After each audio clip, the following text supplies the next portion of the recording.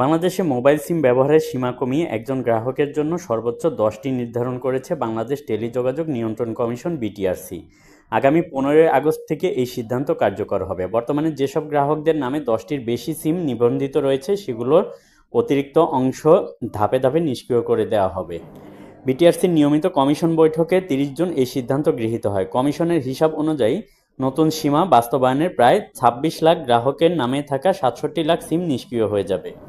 গ্রাহকদের মধ্যে যাদের সিম সংখ্যা বেশি তাদের একটি তালিকা মোবাইল ফোন অপারেটরদের কাছে পাঠানো হবে।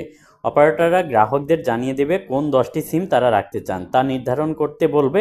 ব্যবহার ও পরিমাণ আর্থিক লেনদেনের গুরুত্ব অনুযায়ী অগ্রাধিকার নির্ধারণ করা হবে। 2017 সালে বিটিআরসি প্রথমবারের মতো একজন গ্রাহকের জন্য সর্বোচ্চ 15 সিমের সীমা নির্ধারণ করেছিল। এরপর 2022 সালে নিবন্ধন পদ্ধতি হালনাগাদ হলেও সিম সংখ্যা অপরিবর্তিত ছিল।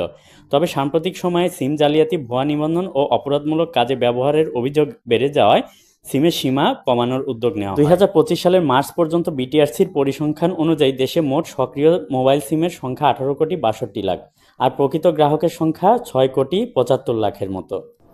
এসব গ্রাহকদের মধ্যে 80%-এর বেশি 5টি বা তার কম সিম ব্যবহার করছেন, আর 6 থেকে 10টি সিম রয়েছে 16.23% নামে, আর 11 থেকে 15টি সিম রয়েছে 3.45% গ্রাহকের নামে। বিটিআরসি জানিয়েছে নতুন সীমা কার্যকর করতে মোবাইল অপারেটরদের মাধ্যমে আগাম প্রচারণা ও জনসচেতনতামূলক কার্যক্রম চালানো হবে। সিম নিষ্ক্রিয় করার সময় গ্রাহকদের মতামতের গুরুত্বও দেওয়া হবে।